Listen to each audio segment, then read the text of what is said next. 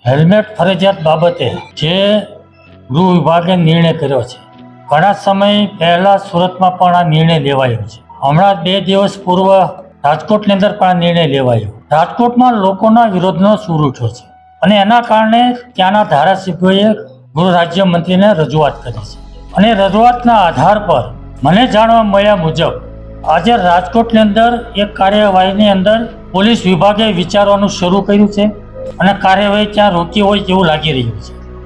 આ પ્રશ્ન સુરત સહિત ગુજરાતના તમામ મહાનગરનો છે. હેલ્મેટ ફરજિયાત પહેરવા માટે જે કાયદો છે એમાં લોકોને અનેક પ્રકારની મુશ્કેલીઓ પડે છે, અનેક પ્રકારની તકલીફો છે અને એના કારણે લોકો એનો વિરોધ કરી રહ્યા છે. તો મારી ગૃહ વિભાગને વિનંતી છે કે આ જે લોકોની રજૂઆતો આવે છે, જે લોકોનો વિરોધ થઈ રહ્યો છે અને રાજકોટમાં જે રીતે વિરોધ થયો અને ધારાસભ્યો જે રીતે રજૂઆતો કરી એ પ્રમાણે આખા ગુજરાતની અંદર બધા જ મહાનગરની અંદર બધા શહેરોની અંદર હેલ્મેટ માટેનો વિચાર આપણે ફરીવાર કરવો જોઈએ. લોકોની પડતી મુશ્કેલી તકલીફો ને ધ્યાનમાં રાખીને એને સાંભળીને લોકોને મુશ્કેલી ન પડે અને તકલીફ ન થાય એ રીતેના નિર્ણય લેવો જોઈએ એવું મારું માનવું છે.